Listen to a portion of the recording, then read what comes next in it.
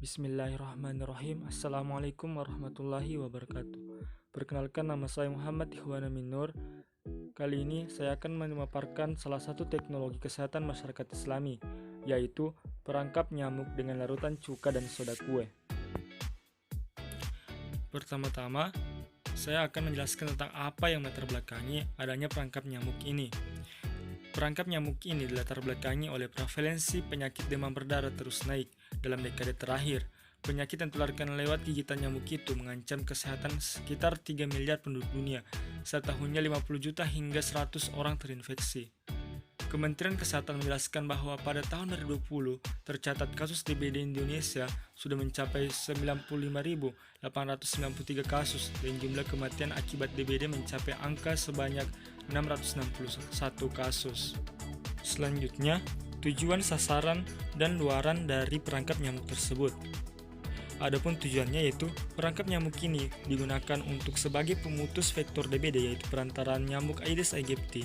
Di Indonesia sendiri selain Aedes aegypti terdapat nyamuk Aedes albopictus dan Aedes scutellaris. Adapun sasarannya yaitu adalah membasmi atau menurunkan risiko penularan penyakit demam berdarah dengue, yaitu nyamuk Aedes aegypti. Serta luarannya diharapkan adalah menurunkan angka kejadian demam berdarah dengue dan menurunkan jumlah kematian akibat demam berdarah dengue di Indonesia. Selanjutnya yaitu mengapa nyamuk bisa masuk ke perangkap? Jawabannya yaitu nyamuk tertarik oleh karbon dioksida atau CO2 yang dikeluarkan oleh manusia dari proses pernapasan. Nyamuk mendeteksi keberadaan manusia lewat karbon dioksida yang dihembuskan saat bernapas. Menariknya, nyamuk bisa mencium pelepasan karbon dioksida dalam jarak yang sangat jauh, yakni sekitar 160 kaki atau 50 meter, melalui organ khusus yang disebut maxillary pulp. Jadi berdasarkan hal itu, saya di sini akan membuat perangkap nyamuk menggunakan larutan air dan cuka dicampur baking soda untuk menghasilkan CO2 sebagai salah satu atraktan atau aroma yang merangsang untuk nyamuk. Selain itu, nyamuk juga menyukai warna hitam. Jadi pada saat menaruh perangkap sebelumnya akan dibungkus kantong plastik hitam. Selanjutnya yaitu perspektif Islam mengenai perangkap nyamuk yang saya buat. Hukum Islam berlaku fleksibel dalam melengkapi kemajuan teknologi dalam bidang kesehatan. Namun demikian, tetap ada batasan dan larangan dalam penggunaan kemajuan teknologi kesehatan tersebut. Tujuan syariat Islam atau maqasid syariah adalah untuk mewujudkan keselamatan manusia.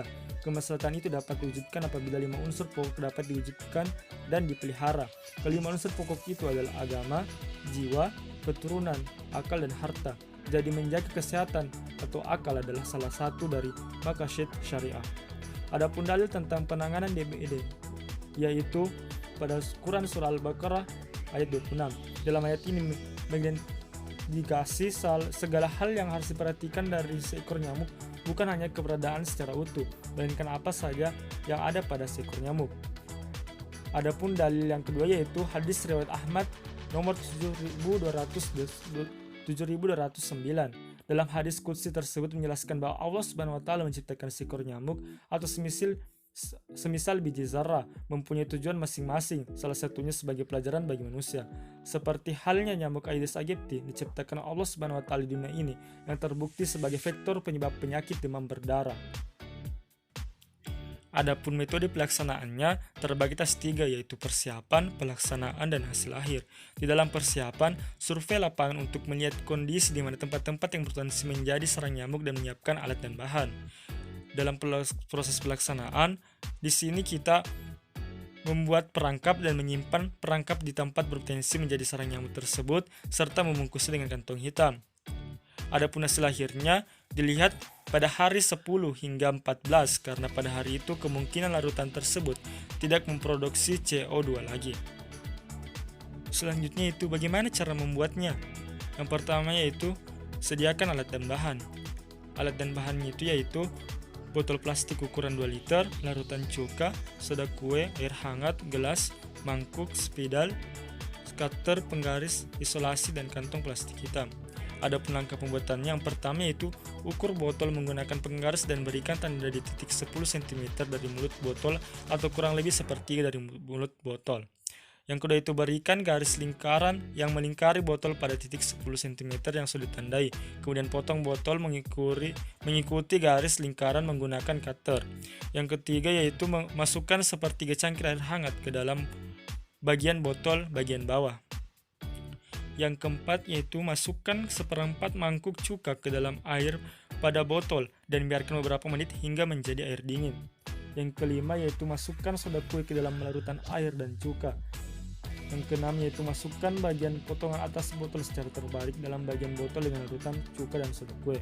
Yang ketujuh yaitu masukkan sepertiga cangkir air hangat ke dalam bagian potongan bawah botol. Yang terakhir yaitu rekatkan kedua bagian pinggir botol dengan isolasi agar kedua posisi pinggir botol sejajar dan tidak ada celah bagi nyamuk untuk kabur.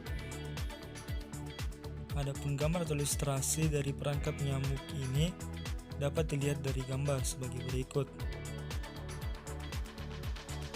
Adapun kelebihan kekurangan teknologi yang ingin saya buat yaitu kelebihannya alat perangkap nyamuk ini bisa dibuat oleh siapa saja karena pembuatannya yang sangat sederhana.